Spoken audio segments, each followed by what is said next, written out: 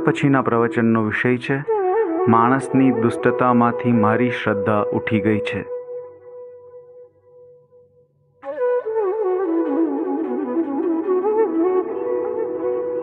સમારંભના અધ્યક્ષ મોરબી શ્રી રમણભાઈ, મારા 57ના સાથીઓ કાંતાબેન, હરિલાસબેન, સજ્જનો અને સન્નારીઓ, મારી મોરબી શ્રી રમણભાઈને એક બહુ વિચિત્ર વિનંતી છે, અને તે એ કે વક્તવ્ય માટે વક્તા આવી ગયા હોય પછી કેપી શાહ અને કાંતાબેનને બોલવા ઊભા કરવા નહીં. એના બે અનિષ્ટો છે. એક તો એ કે વક્તા પોતાનું બધું બોલવાનું ભૂલી જાય છે, વિસ્મરણ, અને બીજું એ કે એને પણ પોતાનું ગજું ઠાલવી દેવાનું મન થાય છે. એટલે જે કંઈ બોલવાનું વિચારીને આવેલો તે બધું ભૂલી ગયો છું. આ હિંસા છે, કરુણા મંડિત હિંસા છે. અને મારો અનુભવ છે કે ક્યારેક જે નક્કી કરેલું હોય તે બોલવાનું માંડવાળ થાય, અને નક્કી ન કરેલું હોય એવું બોલવાનું કંઈક આવે ત્યારે ફાયદો થાય છે. આવો ફાયદો કરવા બદલ આ બે વ્યક્તિઓનો, કાંતાબેનનો અને કેપી શાહનો આભારી છું. બધું જ ભૂલી ગયો છું. આર્થર કોસલરે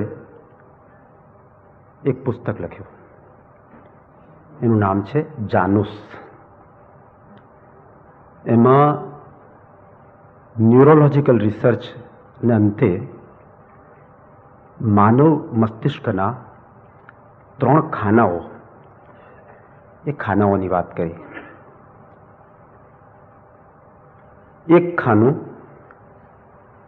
તે સરીસૃપ રેપ્ટિલિયન પ્રાણી, એની જે એની બધી જ ગ્રંથિઓ રહી ગઈ અને મગજમાં સચવાયેલી છે તે ગરોળી, મગર, આ બે રેપ્ટિલિયન પ્રાણીઓ છે, સરીસૃપ પ્રાણીઓ છે, પેટે ચાલનારા. આ એક ખાનું રેપ્ટિલિયન પાસ્ટ ઓફ હ્યુમન બીંગ્સ. બીજા ખાનાની વાત કરી, એમાં સસ્તન પ્રાણીઓ, મેમલ્સ. તો બીજી મેમલિયન પાસ્ટ, સસ્તન પ્રાણીઓ જે આપણી અંદર, આપણે એમાંથી પસાર થયા છે ઉત્ક્રાંતિની વિરાટ યુનિવર્સિટીમાં, એ રેપ્ટિલિયન પાસ્ટ સાચવીને બેઠેલું એક બીજું ખાનું. અને ત્રીજું ખાનું તે મનુષ્યત્વનું ખાનું, માનવીયતાનું ખાનું, માનવતાનું ખાનું, human section of our brain. આ 3 ખાનાઓની વાત કર્યા પછી કંઈક એવું કહેવાનું પ્રાપ્ત થાય છે કોસ્ટલરને કે જે સરીસૃપ મગર, ગરોળી કક્ષાના પ્રાણીઓ છે, એ પ્રાણીઓની એક ખૂબી કે ખામી જે કહો તે એ છે કે એ મંદ પ્રાણ છે. પડ્યા તો પડ્યા, ઉઠવાનું નામ નહીં. મુંબઈમાં તમને અને બરોડામાં મને કલ્પના આવે છે કે આજની નવી પેઢી મળસ કે 10 વાગે સવારે પણ ઉઠી શકે છે. એ પડે એટલે પડે, એમાં પ્રભાતિયા ગાવાનો તો સવાલ જ નહીં. એક રેપ્ટિલિયન પાસ્ટ આજના કોલેજિયનોમાં જીવે છે. કેટલા વાગે ઉઠવું એનો કોઈ નિયમ જ નહીં. મરઘો, કૂકડો તો ક્યારનો મરી પરવાર્યો છે, ગામડાઓમાં પણ. તો એક રેપ્ટિલિયન પાસ્ટ જીવે છે આપણા મસ્તિષ્કમાં. આ ન્યુરોલોજીકલ રિસર્ચનું પરિણામ છે. આ મગર અને ગરોળી તો જીવે જ છે, પણ પછી જે થોડો વિકાસ થયો એમાં ઘોડો આવ્યો, ગાય આવી. આ જે પ્રાણીઓ છે તે મંદ પ્રાણ નથી, એ મંદ મન છે. એના મનનો વિકાસ નથી થયો, પણ પ્રાણ શક્તિ જાગૃત થઈ છે. એટલે ઘોડો ચેતનાથી ભરેલો છે. ઘોડાની નાતમાં કદીએ ડાયાબિટીસ થતું નથી, કારણ કે ઘોડો એક પણ કેલરી આરામની બચાવતો નથી. જેમ બ્લેક મની હોય છે, કાળું નાણું હોય છે, તેમ પ્રત્યેક માણસના શરીરમાં બ્લેક કેલરી હોય છે, જે કેલરી ચલણમાં ફરતી નથી અને જમા થાય છે. અને કુદરત સામેનો આ મોટો ગુનો છે કે જે કેલેરીની મારે જરૂર ન હતી એ કેલેરીને મેં મારા શરીરમાં અનેક સ્વરૂપોએ, વિવિધ સ્વરૂપોએ, પેટના સ્વરૂપે, હાથના સ્વરૂપે, ગરદનના સ્વરૂપે, એ જે ચબુઠર્યું, ગામડાની ભાષામાં કહું તો ગામડીઓ છું, ચબુઠર્યું, આ વણજોઈતી હરામની કેલરીઓનો હાહાકાર છે. અને આ બ્લેક કેલરી છે, આ કુદરતનો ગુનો છે. અને આ ગુનાની સજા કુદરત લાંબે ગાળે ફિક્સ ડિપોઝિટ પાકે ત્યારે કરતી હોય છે. અને તે સજાનું નામ છે ડાયાબિટીસ. કદી કોઈ ઘોડાને ડાયાબિટીસ થતો નથી, માણસને જ થાય છે. કારણ કે માણસ સિવાયનું કોઈ પ્રાણી કેલરીને, વધારાની કેલરીને આટલી કાળજીપૂર્વક સાચવીને પોતાના શરીરમાં ભરતું નથી. જૈન ધર્મ તરફથી ઘણી ભેટો આપણને મળી. એમાં એક છે ઉણોદરી વ્રત, પેટને ઊણું રાખીને ઉઠવાનું. આ વ્રત પાળ્યા પછી હું તમને કહું છું કે કોઈ દિવસ કેલરીનો પ્રશ્ન આવતો નથી. તો આ જે મેમલિયન પાસ્ટ ઘોડાની છે, એમાં માનવનું મસ્તિષ્ક પૂરેપૂરું ચેતન બનતું હોય છે, પ્રાણશક્તિ પૂરેપૂરી હોય છે. પણ ઘોડાના મનનો વિકાસ નથી થયો. મનનો વિકાસ થયો ત્યારે મનુષ્યનું નિર્માણ થયું છે, મનાત મનુષ્ય. અને તેથી આપણે કહ્યું કે મનઃ એવ મનુષ્યાણામ કારણમ બંધ મોક્ષયો. આ મનનો વિકાસ એ મનુષ્યત્વનો વિકાસ છે. લગભગ એ વાત આપણી સમક્ષ આવી. તો આ 3 સ્તર પર આપણો વિકાસ ઉત્ક્રાંતિના ક્રમમાં થયો છે. એમાં ક્યારેક રેપ્ટિલિયન કક્ષાએ મળતી સફળતા એ મેમલિયન કક્ષાએ મળતી નિષ્ફળતા છે. અને રેપ્ટિલિયન કક્ષાએ કોઈને સફળતા મળે ત્યારે માણસ બોલે છે કે મારે હવે તો પૈસા એટલા એકઠા કર્યા છે કે ખાઈ પીને આરામ. આ એને એ સફળતા ગણે છે. અને રેપ્ટિલિયન પ્રેઝન્સને પોષે છે. ગરોળી વર્તમાન કાળ બને છે, એન્થ્રોપોલોજીકલ પાસ્ટ નથી બનતી. ગરોળી વર્તમાન કાળ બને છે. અને પોતાની અંદર પડેલી ગરોળીને સફળતા મળે એની પીડા એ મનુષ્ય તરીકે ભોગવે છે. કોઈક ઘોડા કક્ષાએ પહોંચે છે, વિકાસશીલ જીવો હોય છે તે ઘોડાની કક્ષાએ પહોંચે છે, પ્રાણશક્તિનો પૂરેપૂરો વિનિયોગ કરે છે, કેલરી બચાવતા નથી. પણ એના મનની વ્યાપકતા, કાંતાબેને કહ્યું હૃદયની વિશાળતા, કરુણાની ગંગોત્રી વહેતી નથી. આ મનનો વિકાસ થતો નથી, મનમાં સમભાવ પ્રગટતો નથી, કરુણા પ્રગટતી નથી. આ ઘોડાની કક્ષાએ સફળ થયેલા માણસો દલાલ સ્ટ્રીટમાં પણ હોય છે. એ ચેતનવંતા, એ બોલે શેરના ભાવ તો આસમાન ગાજી ઉઠે એટલા ચેતનવંતા ઘોડાની કક્ષાએ. પણ મનનો વિકાસ થયો નથી. દલાલ સ્ટ્રીટમાં મળેલી સફળતાની પીડા એ પ્રાણશક્તિ જાગ્યા પછી અને મનશક્તિ જાગ્યા પહેલાની સફળતા છે. એની પીડા માણસ ભોગવે છે. તો મનુષ્યને સફળતાની પીડામાંથી મુક્ત થવું હોય તો એણે મનુષ્યની કક્ષાએ મળતી નિષ્ફળતાઓનું સામયું કરવું પડશે. ગરોળીની કક્ષાએ મળતી સફળતા, ઘોડાની કક્ષાએ મળતી સફળતા, એ સફળતાઓના ગિયર પાડીને ગાડીને ટોપ ગિયરમાં લેવાની છે, મનુષ્યત્વના ગિયરમાં લેવાની છે. અને મનુષ્યત્વના ગિયરમાં લીધા પછી થોડીક ગાડી થડકારો અનુભવે તો પણ એ નિષ્ફળતાઓનું સામયું કરવાનું છે. આ નિષ્ફળતાઓનું મૂલ્ય માનવજાત પામી નથી. પરિણામે એ સફળતાની પીડા હોંશે ભોગવે છે.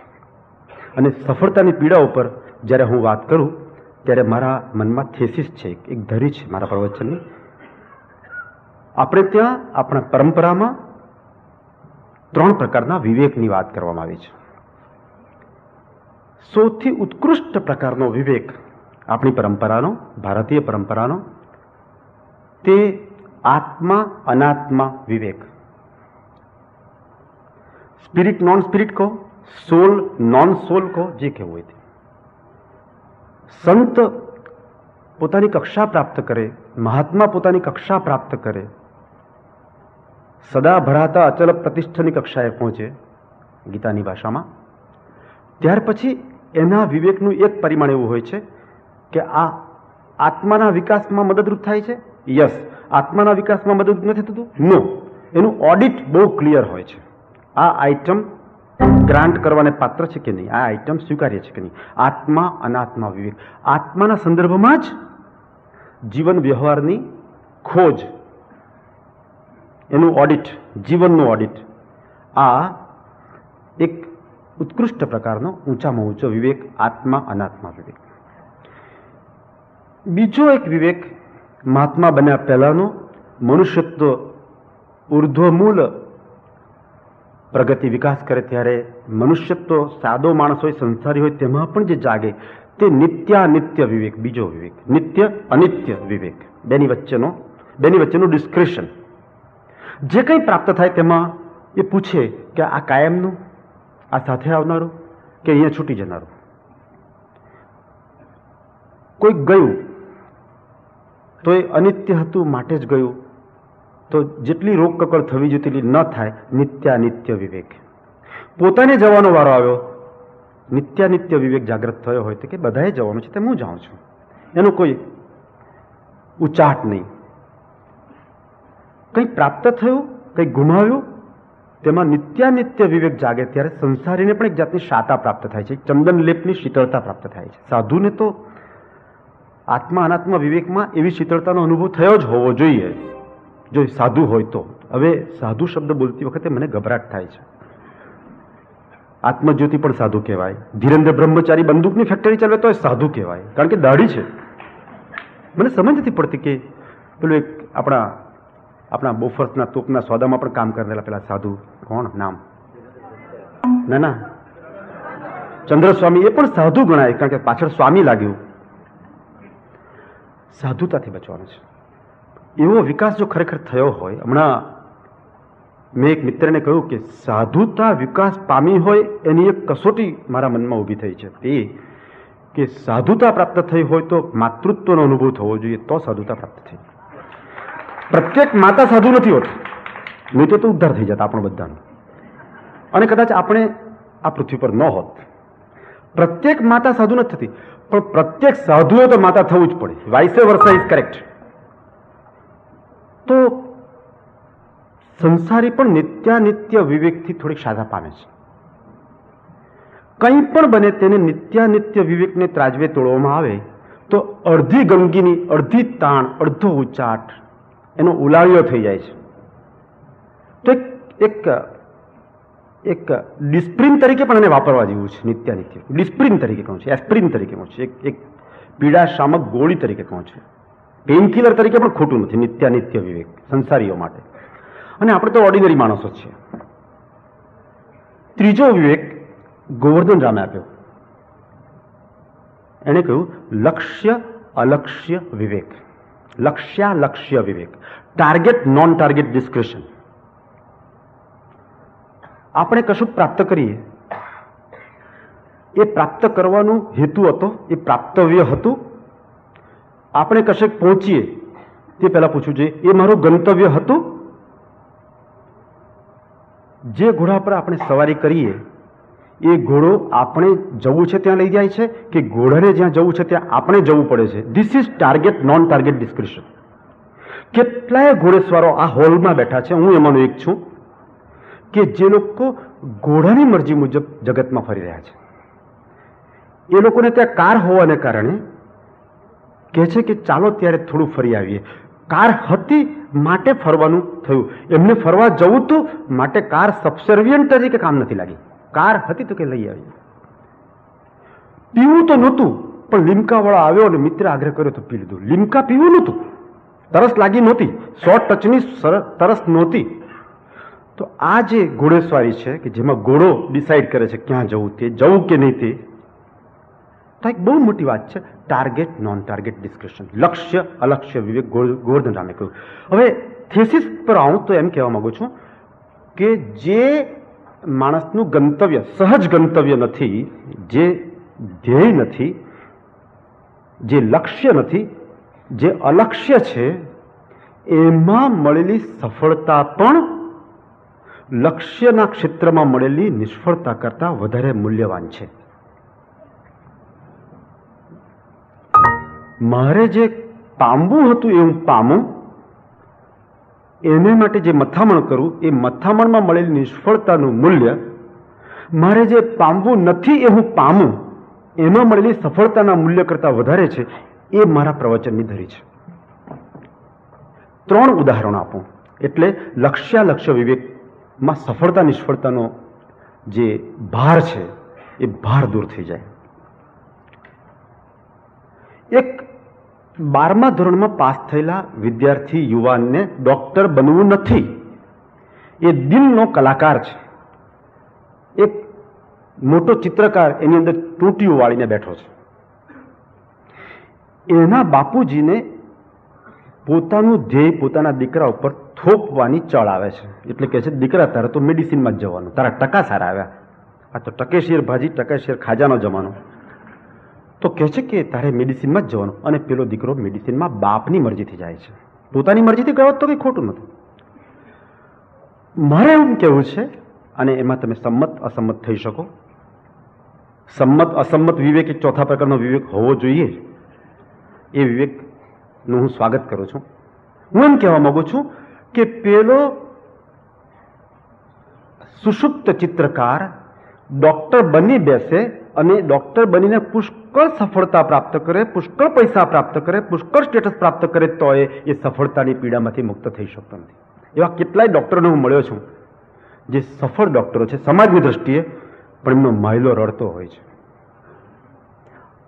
એનો અર્થ એમ થયો કે ચિત્રકાર તરીકે થોડીક નિષ્ફળતા પામ્યો હોત, થોડા ઓછા પૈસા પામ્યો હોત, થોડુંક ઓછું રળ્યો હોત, તો પણ એનો માયલો રાજી હોત, એના માયલાને ધરવ થયો હોત. ડોક્ટર તરીકે સફળ થવા છતાં સતત એક પિન પ્રિકિંગ થાય છે કે એક જીવન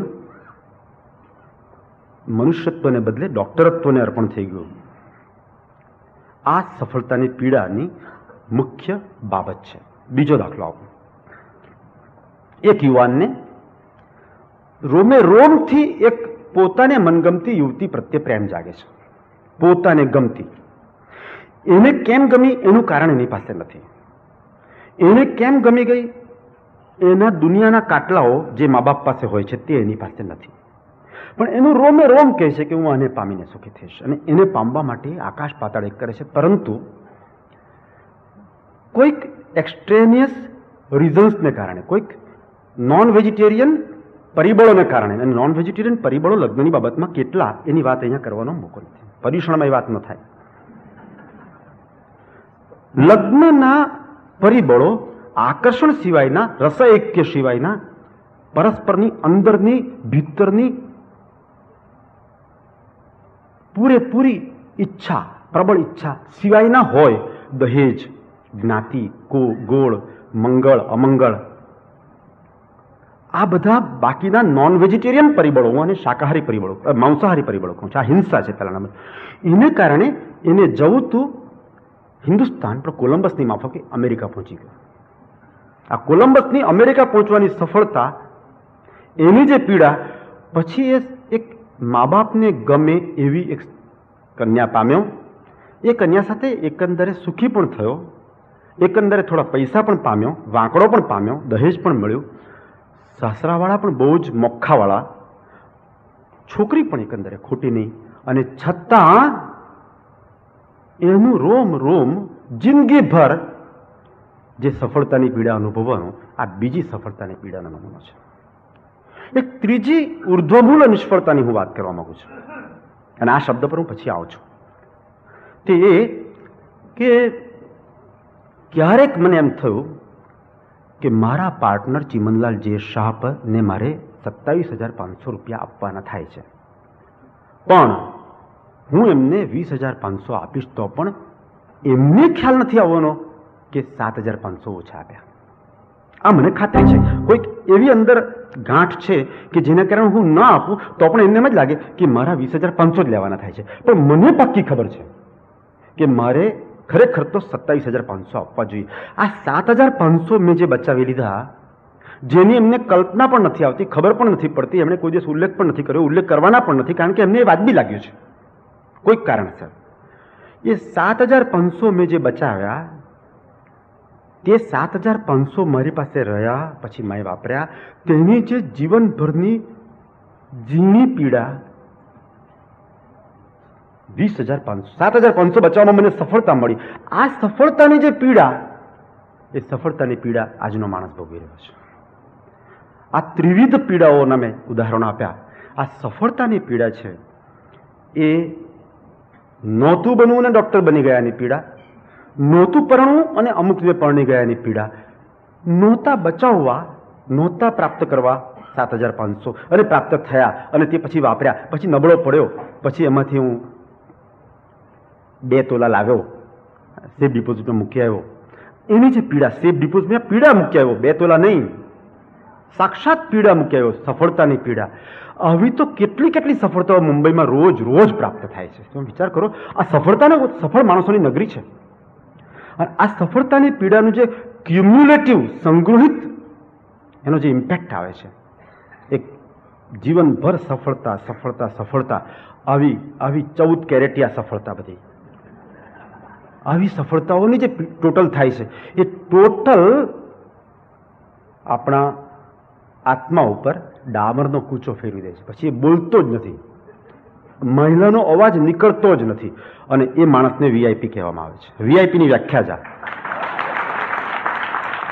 એટલે જયપ્રકાશ નારાયણ કહેતા, ये जीवन विफलताओं से भरा है. जयप्रकाश नारायणની નિષ્ફળતાનું મૂલ્ય નામ નથી આપતો, કોઈકની સફળતાના મૂલ્ય કરતા અનેક ગણું ઊંચું છે. આપણે સફળતાનો કન્ડિશનિંગમાં આવ્યા છે કે સફળતા સિવાય આ સફળતા રોગ, કાલે ઉઠીને કેન્સરને પણ આપણે સફળતા કહીશું, બીપીને તો કહેતા થઈ ગયા છે, બ્લડ પ્રેશરને તો કહેતા થઈ ગયા. માણસ ગૌરવપૂર્વક જાહેર કરે છે મને બીપી રહે છે. બટન રસેલ એક વાત કરેલી રમણભાઈ કે માણસ પોતાની મોટર ગાડી બગડે તો શરમાતો કે મારી મોટર ગાડી બગડી, પણ શરીર બગડે તો કે ગૌરવપૂર્વક કે આજે જરાક બરાબર નથી, ગૌરવપૂર્વક. જે કોઈ મળવા આવે તો બધાને કે આજે જરાક. મોટર ગાડી બગડે તો નહીં, મોટર ગાડી મારી બરાબર ચાલે છે, બગડે તો શરમાય, પોતાનું શરીર બગડે તો ન શરમાય. સ્ટેટસ એક કેન્સરની કક્ષાએ પહોંચ્યું છે, સ્ટેટસનો ભાવ. અને આ સ્ટેટસ શબ્દ જેવો શબ્દ, અપશબ્દ બીજો કોઈ જડવો મુશ્કેલ છે. આ અપશબ્દ કહું છું ત્યારે કેટલાકને આંચકો લાગશે, કારણ કે સ્ટેટસવાળા બેઠા છે અહીંયા, હું પણ છું એમાંનો એક. મારે પણ સ્ટેટસ છે. બધું સ્ટેટસ ખંખેરાઈ જાય અને હું તદ્દન સ્ટેટસ મુક્ત બની જાઉં, ત્યાર પછી હું જે છું તે છું, તે જ સાચું હું. બધી રીતે હું દિવાળું ફૂંકાઈ જાય પછી બચું, મારા બધા લટકણિયા ખરી પડે, લેટરહેડ પર લખવા જેવા બધા ડેઝિગ્નેશન્સ ખરી પડે, બધા સ્ટેટસ સિમ્બોલ્સ ખરી પડે, આ બધું જ ચાલી જાય પછી હું જે બચું છું, ઢગલો થઈ જાઉં છું, તે હું સાચો. પછી જો હું ટટાર રહી શકું તો મારું ટટાર રહેવું સાર્થક. આ સંદર્ભમાં હું 4 મહાન નિષ્ફળતાઓની વાત કરવા માંગુ છું. આ 4 મહાન નિષ્ફળતાઓમાં હું માનવ વિકાસના બધા જ તબક્કાઓને આવરી લેવા માંગુ છું. અને આપણે આ 4 નિષ્ફળતાઓમાં વામનના 3.5 પગલા ભરવા માગીએ છીએ. પહેલી મહાન નિષ્ફળતા તે જે નિષ્ફળતાનો ફાળો સભ્યતાના વિકાસમાં, માનવીય સભ્યતાના વિકાસમાં, માનવીય ખાનદાનીના વિકાસમાં મોટો છે, તે પહેલી મહાન નિષ્ફળતા ઘોંઘાટ સહન કરવાની નિષ્ફળતા. ઘોંઘાટ સહન કરવાની મારી અશક્તિ એ બહુ જ મહાન નિષ્ફળતા છે, હું માનું છું. એક શરૂઆત છે. શોપનહોરે એમ કહેલું કે જે માણસ ઘોંઘાટ સહન કરી શકે છે એ જ ખરેખરો અસભ્ય છે. ઘોંઘાટનું ઉપસ્થાન કેવળ દલાલ સ્ટ્રીટ કે શેર બજાર નથી, ઘોંઘાટનું ઉપસ્થાન આજે મસ્જિદ અને મંદિર પણ હોઈ શકે છે. અને ઘોંઘાટ એ ઘોંઘાટ છે, એ દલાલ સ્ટ્રીટનો ઘોંઘાટ હોય કે મંદિરનો ઘોંઘાટ હોય, ઘોંઘાટને કોઈ જ્ઞાતિ હોતી નથી. ઘોંઘાટ સેક્યુલર છે. તમે વિચાર કરો કે આ દેશ કેટલો ઘોંઘાટ, કેટલા ડેસિબલ ઘોંઘાટથી જીવે છે, અને એ ઘોંઘાટ પ્રત્યે આપણે કેટલા સહિષ્ણુ બનીને એને જીરવીએ છીએ. મને ઘણીવાર એમ લાગ્યું છે કે હિન્દુસ્તાનને પાછળ રાખવામાં હિન્દુસ્તાનની સ્ત્રીઓની અને હિન્દુસ્તાનના ગરીબોની સહનશક્તિનો બહુ મોટો ફાળો છે. હું એને બિરદાવવા માંગતો નથી, હું ઈચ્છું કે ધરમપુરના આદિવાસીઓની સહનશક્તિ ઘટી જાય. હું ઈચ્છું કે આજના શોષિતો, પીડિતો, દલિતોની સહનશક્તિ ઓછી થાય. અવાજને સહન કરવાની શક્તિ એ મારી અસભ્યતાની નિશાની છે. એને હું ટોલરન્સ કહીને બિરદાવવા માંગતો નથી. પશ્ચિમના દેશો હવે બ્રસેલ્સમાં સાંજના 6 વાગ્યા પછી અંધારું થાય તે પહેલા કોઈ લોન મોવર ચલાવે તો પોલીસને ફોન કરે છે પડોશી કે મારો પડોશી લોન મોવર ચલાવે છે, આઈ એમ ડિસ્ટર્બ્ડ. બ્રસેલ્સની સુધરાઈમાં એક નિયમ છે કે તમારા ફળિયામાં તમારું જે મકાન હોય એના બહારના ભાગ ઉપર જો તમે અત્યંત ફાસ્ટ કલર પેઇન્ટ કરો, અત્યંત ભડાક્યો કલર, અગ્રેસિવ કલર પેઇન્ટ કરો તો સુધરાઈ વાંધો લે છે કે આ આંખને માટે અગ્રેસિવ છે. અહિંસા ત્યાં સુધી પહોંચી છે. રંગ બ્રસેલ્સમાં તમે તમારા ઘરનો બહારનો કલર ભડાક્યો અગ્રેસિવ રાખી શકો નહીં. રતુમડો, સિંદુરિયો, અહીંયા બધા કલર રાખી શકાય છે. કારણ કે આ કલર જનતાને સ્પર્શે છે, તમારો ખાનગી કલર નથી. આ ઘોંઘાટ સહન કરવાની આ દેશની શક્તિ અદ્ભુત છે. પરિણામે ભીડ વધતી જાય છે. હિન્દુસ્તાનમાં ભગવાનને ભીડ ભંજન કહેવામાં આવે છે. ભીડ એટલે આપત્તિ. દ્રૌપદી ભીડમાં આવી ત્યારે એને કૃષ્ણે મદદ કરી. નરસિંહ મહેતા ભીડમાં આવ્યા ત્યારે એનું મામેરું કરી આપ્યું. આ ભીડ ભંજન ભગવાને બહુ ઉપકારો કર્યા ભક્તો પર. હવે મને ભગવાનને એક અનોખી પ્રાર્થના કરવાનું મન થાય છે કે હે ભગવાન, તું હિન્દુસ્તાનને માટે ભીડ ભંજન કાર્યક્રમ અપનાવ. ભીડ ભંજન એટલે ભીડ ભાંગનારો, એટલે ટોળું ભાંગનારો, આ વસ્તીની ગીચતા ભાંગનારો, વસ્તી નિયોજનને સાર્થક કરે એવો કોઈ ભગવાન હવે જોઈએ છે અમારે. આટલા મોટા પાયા પર જો ભીડ વધતી રહી તો લાખો સર્વોદય કાર્યકર્તાઓ પણ પોતાનો કાર્યક્રમ પૂરો કરી શકવાના નથી. એમને પુણ્ય મળશે પણ ગરીબી નહીં હટી શકે. કારણ કે ગરીબી વધે એને માટે તો આપણે રોજ ઢગલાબંધ કાર્યક્રમ છે. અહિંસા પણ નહીં ટકી શકશે જો આ ભીડ વધતી રહી તો. કારણ કે એક એસટીમાં જો 50 માણસો બેસી શકતા હોય અને 200 માણસો બહાર જડુંબતા હોય તો કોઈ સભ્યતાને બારણા ઉપર કોઈ અવકાશ નથી. ગુજરાતમાં તમે એસટીના પાછલા દરવાજે ખાલી માત્ર આંખ માંડીને દૂરથી જોજો. એસટી જ્યારે પાછળ આવે છે ત્યારે જે ટોળું આક્રમણ કરે છે એમાં બારણા ઉપર તો એક માણસ તો 5 મિનિટ સુધી અંદર દાખલ થઈ શકતો નથી. કારણ કે ભીડ ઠપ્પ થઈ જાય છે. 125 માણસો. એ વખતે સગર્ભા સ્ત્રીને કોઈ આગળ તમે જાઓ બેન એમ કહેતું નથી. કોઈ વૃદ્ધને કોઈ સભ્યતાનો ઉલાડિયો થઈ જાય છે. કારણ કે 50ની સીટ છે ને 200 માણસો છે. આ આપણે જો ન ટાળીએ, ઘોંઘાટનો સીધો સંબંધ ભીડ સાથે છે. અને હવે નવા પ્રકારના ભીડ ભંજન ભગવાનની આ દેશની જરૂર છે. આટલું ઘોંઘાટ માટે પૂરતું છે. બીજી મહાન નિષ્ફળતા અથવા તો સફળતા જે કહું તે ચાલે, કટાક્ષમાં કહું તો સફળતા, અસ્વચ્છતા સહન કરવાની નિષ્ફળતા. અસ્વચ્છતા સહન કરવામાં આપણને મળતી સફળતા.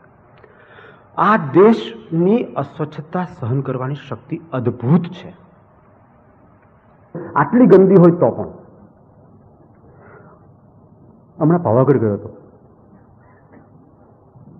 મંદિરની અંદર ગભારામાં ગયા તો દુર્ગંધ આવે, જતા સંકોચ થાય. કારણ કે સદીઓથી કોપરા ફોડાતા આવ્યા છે. કોપરું ફૂટે, નારિયેળ ફૂટે અને પગ મૂકી ન શકાય એટલી ચીકણાશ તળિયા ઉપર. હવાની અવરજવર બિલકુલ બંધ. કારણ કે જરાય બંધિયાર ધર્મ ને બંધિયાર ગુમ્મટ, બંધિયાર ગર્ભદ્વાર ક્યારે સાફ કરી ન શકાય એવી કાયમની ભીડ.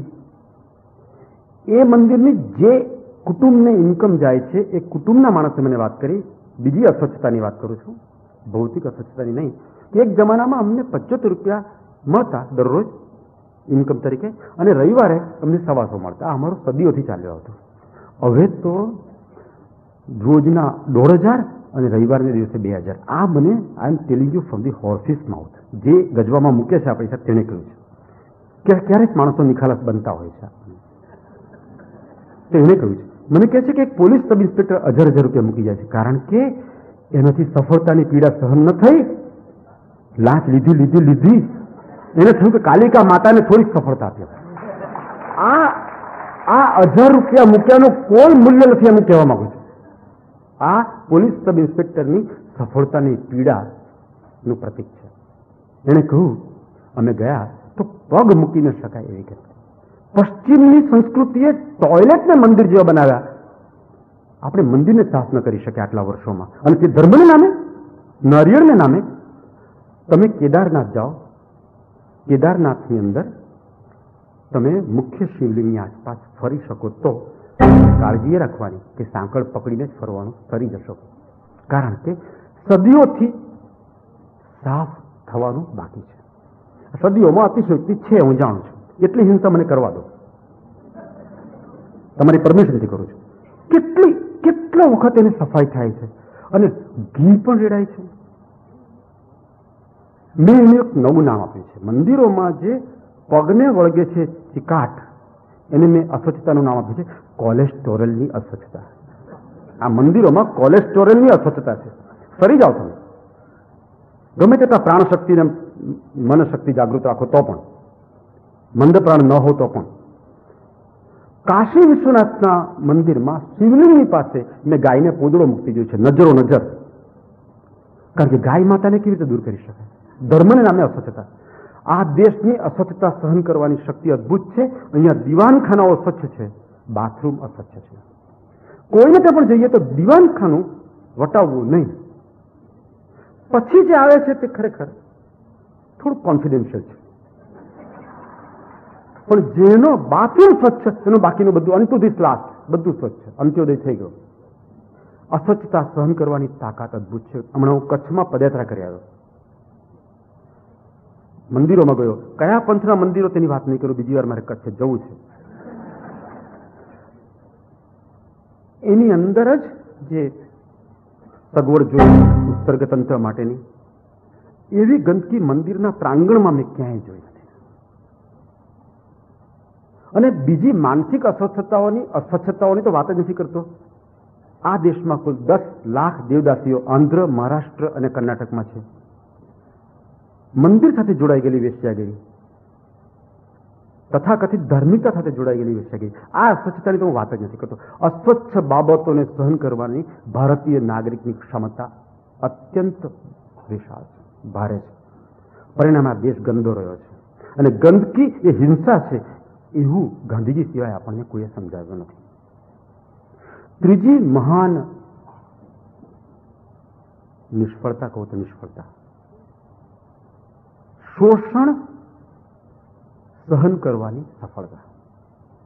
આ દેશમાં ગમે તેવું શોષણ પણ ક્યારેક ભગવાનનું નામ લઈને કર્મનો કાયદો બતાવીને સહન કરવાની ટેવ કેળવવામાં આવી છે સદીઓથી. મહાદેવભાઈની ડાયરીના પહેલા ભાગમાં લખવામાં આવ્યું છે. ગાંધીજી આંબેડકરને કહે છે આ વાત, એમનું અવતરણ કહું છું તમને હું બીજા ભાગમાં, કે આ દેશમાં માત્ર અસ્પૃશ્યો નથી, માત્ર અનટચેબલ્સ નથી. તે વખતે દક્ષિણ હિન્દુસ્તાનમાં અગમ્યો હતા, અનએપ્રોચેબલ્સ, જેમની 50-60 ફૂટ દૂરથી ઓછું અંતર થઈ જાય તો તમે અભરાઈ ગયેલા કહેવાય, તમારે નાવું પડે. પેલો 50-60 ફૂટ દૂર હતો, તેથી ત્યારે શું કહેવું? અને હવે સ્પર્શનો સવાલ નથી. પછી ધેર વેર અનસીએબલ્સ, અદ્રશ્યો હતા, જેમને જોવા માત્રથી નહીં લેવું પડે. બ્રાહ્મણોએ ત્યાં સુધી વાત ચલાવેલી. અનટચેબલ્સ, અનસીએબલ્સ, અનએપ્રોચેબલ્સ, આ ગાંધીજીએ શબ્દો વાપરે. 3 અંગ્રેજી શબ્દો પણ એમના છે. તમે વિચાર કરો કે આ સહિષ્ણુતાને આપણે પોષવી છે. સેવાના નામે પણ આ પોષવા જેવી નથી, હું કહેવા માંગુ છું. રાહત કાર્યના નામે પણ પોષવા જેવી નથી.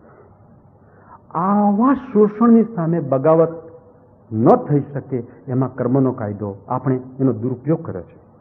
કર્મનો કાયદો તો આપણને એમ કહે છે કે બધા પુરુષાર્થનો છેડો આવી જાય પછી જે પરિણામ આવે તેને પ્રારબ્ધ ગણીને સ્વીકારી લેવું. પ્રારબ્ધ એટલે આઈસબર્ગનો વણ દેખીતો ભાગ.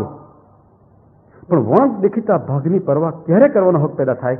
જ્યારે આઈસબર્ગનો બરફ, હિમશિલાનો દેખીતો ભાગ બરાબર સમજી લઈએ, પછી કહીએ કે હવે મારી પહોંચ પૂરી થઈ, હવે પ્રારબ્ધની પહોંચ શરૂ થઈ. પ્રારબ્ધનો અનાદર નથી આ. આપણે પ્રારબ્ધથી શરૂઆત કરી, પુરુષાર્થને ભોગે. પુરુષાર્થ બનાવનારા પ્રયત્નોનો અંત આવી જાય પછી જે પરિણામ આવે એમાં આપણે કહીએ કે તેરી ઈચ્છા પૂર્ણ હોય. પણ આગ લાગે ત્યારે એક પણ બાલડી છાંટવાની નહીં, એક પણ ઘડો છાંટવાનો નહીં, અને તેરી ઈચ્છા પૂર્ણ હો કહેવું એ હિન્દુસ્તાનની મૌલિકતા છે. આમાં કોઈ કર્મનો કાયદો નથી. આ પલાયનવાદ છે. શોષણને સહન કરવાની આ દેશની ગરીબ પ્રજાની તાકાત અદ્ભુત છે, માટે આપણે નિરાંતે બેઠા છીએ. આ શોષણ સામે જે શોષિતો છે તે જ આક્રમણ કરે એ પૂરતું નથી. જે શોષકો છે એમણે પણ થોડુંક જીવનનું ઓડિટ કરીને આ શોષણને મિટાવવા માટે મૂકવું જોઈએ. કારણ કે ગાંધીજીએ કહ્યું હતું, poverty is the worst form of violence. ગરીબી એ હિંસાનું સૌથી વરવું સ્વરૂપ છે. આ વાત આપણે સમજી શક્યા નથી. પરિણામે આપણે અત્યારે પૈસાદાર હોવા છતાં, ધનકુબેર હોવા છતાં સફળતાની પીડા ભોગવી રહ્યા છે. કારણ કે જે સમાજ અસ્વસ્થ છે તે સમાજમાં મુઠ્ઠીભર માણસો સુખી હોય તો પણ સ્વસ્થતાનો પ્રસાદ પામી શકે નહીં. આખો મુલ્લો ગંદકીથી ભરેલો હોય તો મારું આંગણું ગમે તેટલું સ્વચ્છ હોય તો પણ હું સ્વચ્છતાનો પ્રસાદ પામી શકું નહીં. આ સીધો સાદો સમાજવાદ છે, સીધું સાદું સર્વોદય છે. મારું આંગણું સ્વચ્છ, આખો મુલ્લો અસ્વચ્છ, મને મારું વાંધો નથી આવતો. આ લોજિક જેટલું ગરીબ છે, આ તર્ક જેટલો પુઅર છે, એટલો તર્ક આ પુઅર છે. આગળ ચાલીએ. છેલ્લામાં છેલ્લી મહાન નિષ્ફળતા અથવા સફળતા હિંસાને સહન જ ન થઈ શકે એવા સમાજનું નિર્માણ કરવાનું છે. આપણે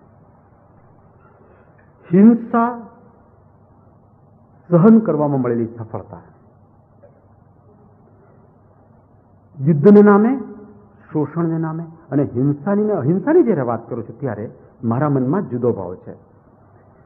માનવ જાતની ખાનદાની જો કોઈ સદગુણ દ્વારા વ્યક્ત થતી હોય, એક સદગુણ દ્વારા જેમાં માનવ જાતનું અભિજાત્ય વ્યક્ત થાય છે, એની ખાનદાની વ્યક્ત થાય છે, એની સભ્યતા વ્યક્ત થાય છે, એની ડેલિકસી વ્યક્ત થાય છે, એની નજાકત વ્યક્ત થાય છે, એનું સુંદરતમ છે તે વ્યક્ત થાય છે. એ સદગુણ, એ જો ઘટના હોય તો તે અહિંસા છે. ઉત્ક્રાંતિની વિરાટ યુનિવર્સિટીના કેમ્પસ ઉપર જે સૌથી સુંદર પુષ્પ ઉગ્યું એને અહિંસાનું નામ મળ્યું છે. આ પુષ્પનો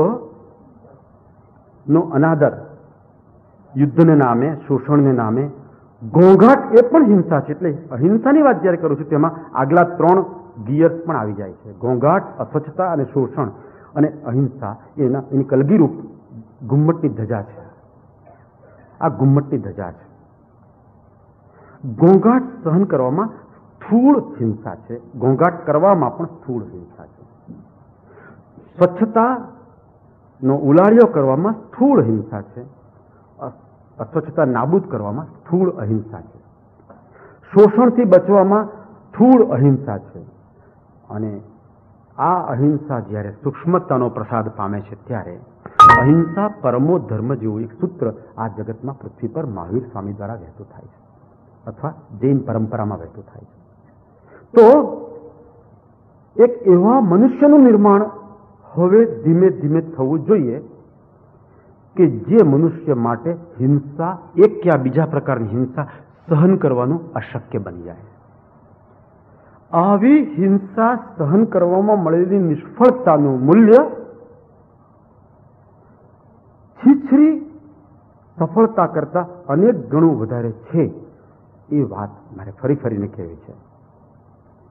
પરિણામ એવું આવ્યું છે કે જે ખાનદાન પુષ્પો આ પૃથ્વી પર પ્રગટ્યા, અહિંસાની વાતો લઈને, પ્રેમની વાતો લઈને, કરુણાની વાતો લઈને, સત્યની વાતો લઈને જે લોકો આ પૃથ્વી પર જન્મ્યા, એ લોકોને મળેલી ઉર્ધ્વમૂલ નિષ્ફળતાને કારણે જ માનવજાત આજે આ કક્ષાએ પહોંચી છે.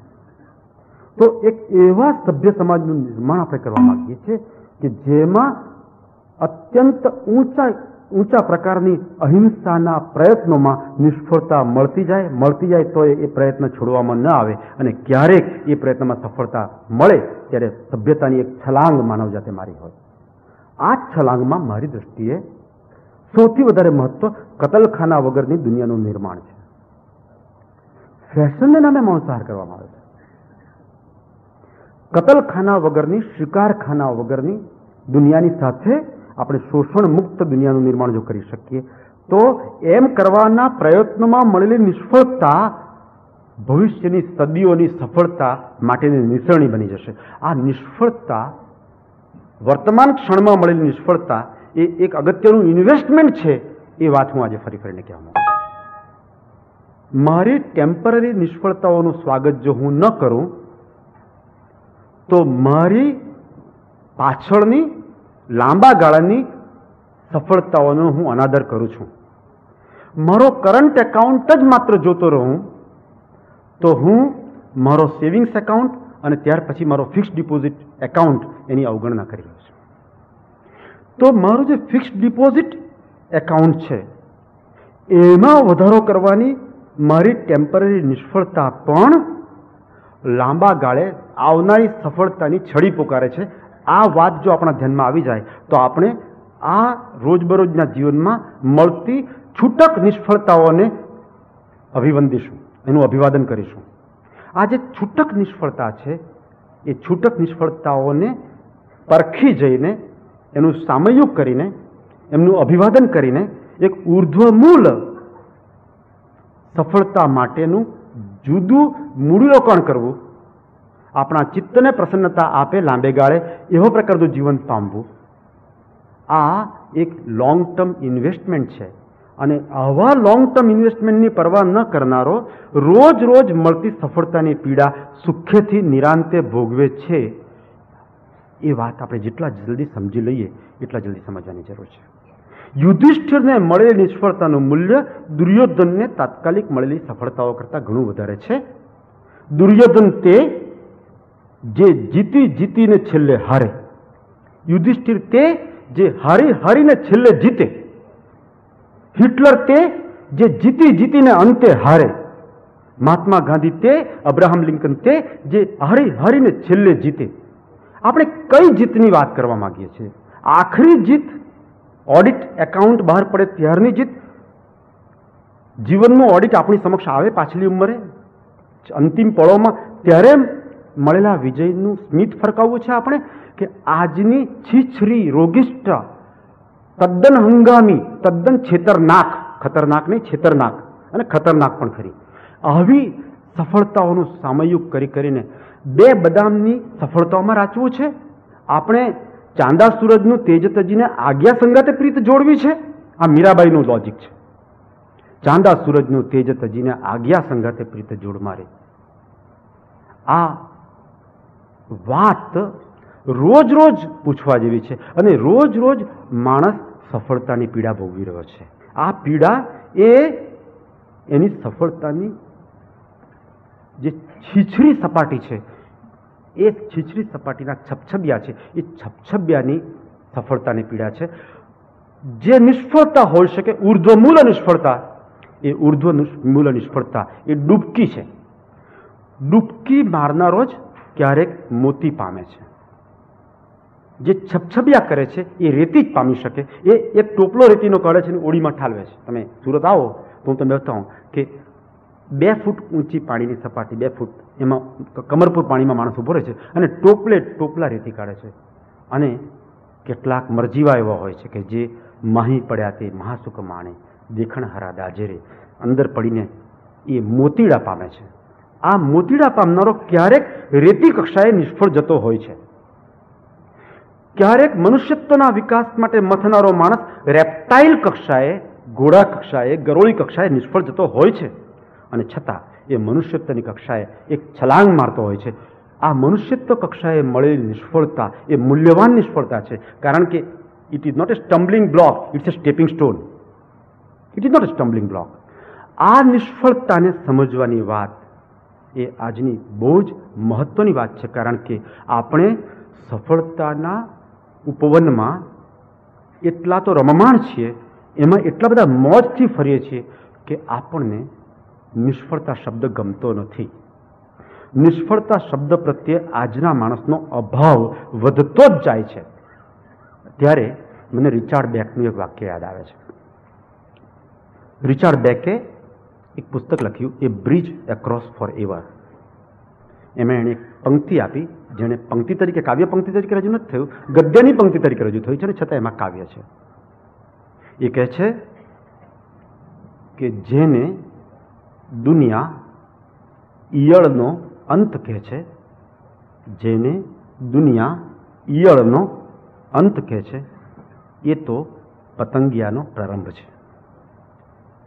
What the world calls a caterpillar, the death of a caterpillar is the birth of a butterfly.